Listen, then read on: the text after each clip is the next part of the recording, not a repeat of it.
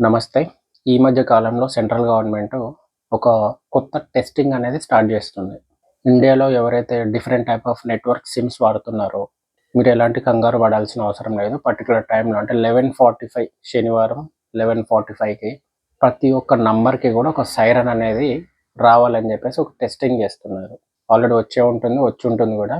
So, ఎవరైతే ఆ siren, ఆ మెసేజ్ జూసి మీరు భయపడకుండా, స్పామ్ అని జెప్పేసి భయపడకుండా అలర్ట్ ఉండాలని జెప్పేసి నేను ఈ వీడియో జేస్తున్నానండి.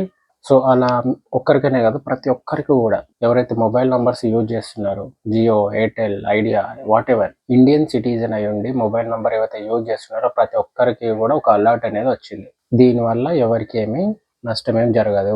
దాని మీనింగ్ ఏంటంటే, సడెన్‌గా ఇండియాలో ఏదైనా ఒక విపత్తు జరిగినా, ఏదైనా ఒక యుద్ధం జరిగినా, ఏదైనా ఒక భూకంప ప్రకటనలు జరిగినా, గవర్నమెంట్ అనేది అవేర్‌నెస్ కోసమని ప్రతి ఒక్కరికి ఒకటేసారి సైరన్ అనేది మోగిస్తుంది. ఒక టెస్టింగ్ లాగా. ఇప్పుడేం కాలేదు గానీ, ఫ్యూచర్‌లో మనకు తెలియకుండా ఏమైనా విపత్తులు జరిగినా గూడా అందరూ అలర్ట్ ఉంటారని జెప్పేసి టెస్టింగ్ జేయడం జరిగింది.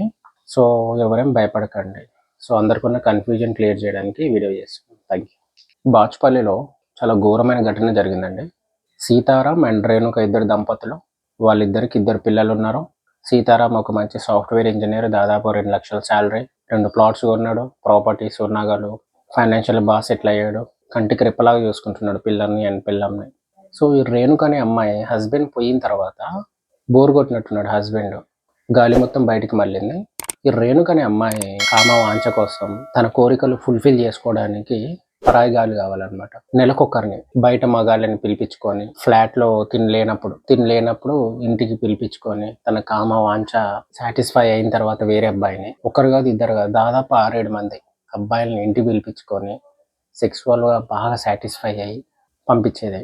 సో, హస్బెండ్‌కి ఎందుకో డౌట్ వచ్చింది. ఆల్రెడీ ఇంతకుముందు నచ్చజెప్పాడు. సో, ఇలాంటి పనులు చేయకు నువ్వు. ఇలా చేస్తే మన మర్యాద పోతుంది అన్నా కూడా కొన్ని రోజులు ఆపేసి మళ్ళీ స్టార్ట్ చేసింది అమ్మాయి. ఇంకొక రోజు సీతారాంకి అనుకోకుండా వాళ్ళ ఫ్రెండ్ ఒక వీడియో షేర్ చేశాడు. తిని వైఫ్ రేణుక ఎవరైతే ఇష్టపడి అబ్బాయిని పిలిపించుకుందో ఆ అబ్బాయి. వీళ్ళిద్దరు వీడియో ఒక లీక్ అయింది. ఇన్‌స్టాగ్రామ్‌లో షేర్ చేశారంట నగ్నంగా. సో, సీతారాం మనస్తాపానికి గురయ్యాడు. చాలా బాధపడ్డాడు. కట్టుకున్న భార్య పరాయి మగాడితో బట్టలు లేకుండా శృంగారం చేస్తూ ఉన్న వీడియో అనేది సీతారాం ఫోన్‌కి రాగానే ఎక్కలేని ఆవేదనకు గురయ్యి, మనస్తాపానికి గురయ్యి సూసైడ్ చేసుకున్నాడు పాపం. ఎవరికీ ఈ పరిస్థితి రాకూడదండి పాపం. అతను ఎంత సెన్సిటివ్, ఎంత ఇన్నోసెంట్. 2,00,000 సంపాదిస్తున్న ఒక అబ్బాయిని పక్కన పెట్టేసి కామ వాంఛ కోసం పరాయి మగాళ్ళని చూసే ప్రతి ఒక్కరికి కూడా కర్మ అనేది ఒకటి ఉంటది కదా! సో, సీతారాం చనిపోతూ ఒక సూసైడ్ నోట్ రాసాడు. దాంట్లో దాదాపు ఒక 10, 15 పేజీల వరకు రాసి తన భార్య ఎలాంటిది, ఎంతమంది అబ్బాయిలతో సెక్సువల్‌గా ఇంటర్‌కోర్స్ అయింది, ఇలా చూసుకునేవాడిని అని చెప్పేసి బాధతోని మానసికంగా కుంగిపోయి తన జీవితాన్ని నాశనం చేసుకొని పాపం సూసైడ్ చేసుకొని చనిపోయాడు. 5 నిమిషాల సుఖం కోసం పిల్లల్ని పక్కన పెట్టి, హస్బెండ్‌ని పక్కన పెట్టి, పేరెంట్స్‌ని పక్కన పెట్టి కొంచెమే సిగ్గుండాలి ఇప్పుడు. ఎన్ని రోజులని బతుకుతారు ఇట్లా మొగుడికి తెలియకుండా ఇట్లా వ్యభిచారపు పనులు చేసి. మహిళా వ్యవస్థ మీద నమ్మకం పోతుందండి ఇలాంటి ఆడవాళ్ళని చూసినప్పుడు. అమ్మాయిది తప్పుందంటే మేము ఖచ్చితంగా హెల్ప్ చేస్తాం. కానీ ఇలాంటి అమ్మాయిల్ని ఇప్పుడు మహిళా సంఘాలు కనపడవు ఇలాంటి సిట్యుయేషన్స్‌లో. తన జీవితం నాశనమా? కొంతమంది జాబులకి చస్తున్నారు. పాపం 2,00,000 సంపాదించుకుంటూ, పిల్లని బాగా చూసుకుంటూ, భార్యను బాగా చూసుకుంటూ. ఈ రేణుక అనే అమ్మాయికి ఏమైనా తక్కువనా? బుద్ధి లేదా? అమాయకపు సీతారాం ప్రాణాన్ని బలి తీసుకుంది ఈ అమ్మాయి.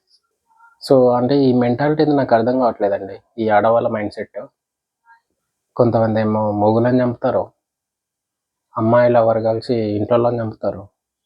ఇక్కడేమో అసలు పాపం సీతారాం ఎలాంటి తప్పు చేయకుండానే తన పెళ్ళాం వేరొకరితో ఇలా చేసిందని ఒక మనస్తాపానికి గురై చనిపోయేది లేకుండే నన్నడిగితే. సీతారాం గట్టిగా నిలబడి డైవర్స్ ఇచ్చి పిల్లల్ని తను చూసుకునుంటే బాగుండు. ఇంకొక ఆప్షన్ ఉండేది. కానీ ఆ టైంలో ఎవరికి చెప్పుకోవాలో తెలియక తను సూసైడ్ చేసుకొని సూసైడ్ నోట్ రాసేసాడు.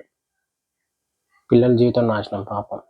ఈ ఈ ఆడదానికి ఏమని చెప్పాలో నాకు అర్థం కావట్లేదు. మీరు కామెంట్ అయితే చేయండి. Thank you.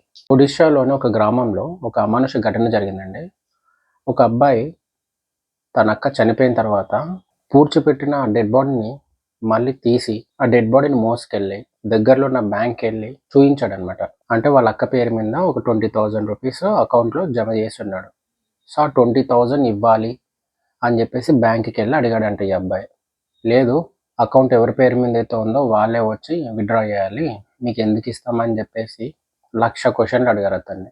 మేము ఇవ్వము, ఖచ్చితంగా అకౌంట్ హోల్డరే ఉండాలి. మా అక్క చనిపోయిందండి, తన తరపున మా అక్క అకౌంట్‌లో ఉన్న డబ్బులు నేను విత్‌డ్రా చేసుకోవాలనుకుంటున్నానని చెప్పేసి మొక్కినా కూడా ఇవ్వట్లేదు బ్యాంక్ మేనేజర్స్, అక్కడున్న స్టాఫ్. సో, తనకు ఇంకా చిరాకొచ్చి, విరక్తి పుట్టి జీవితం మీద, వీళ్ళకి ఎలాగైనా సరే ప్రూఫ్ కావాలంటున్నారు కదా! తను చనిపోయిందని ప్రూఫ్ అడిగారంట. డెత్ సర్టిఫికేట్ గాని, లేకపోతే తను మీ అక్కనేనా అని చెప్పేసి ప్రూఫ్ అడిగారంట. తినకు కోపమొచ్చి ఎక్కడైతే వాళ్ళ అక్కని పూడ్చిపెట్టారో, ఆ పూడ్చిపెట్టిన అస్థిపంజరాలు, ఆ డెడ్ బాడీని మోసుకొనెళ్ళి పాపం బ్యాంక్ దగ్గరికెళ్ళి అది చూపించాడంట.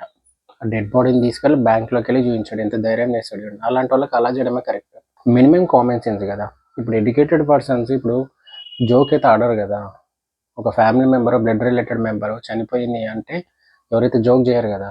ప్రాపర్ వెరిఫికేషన్ జేయాలి.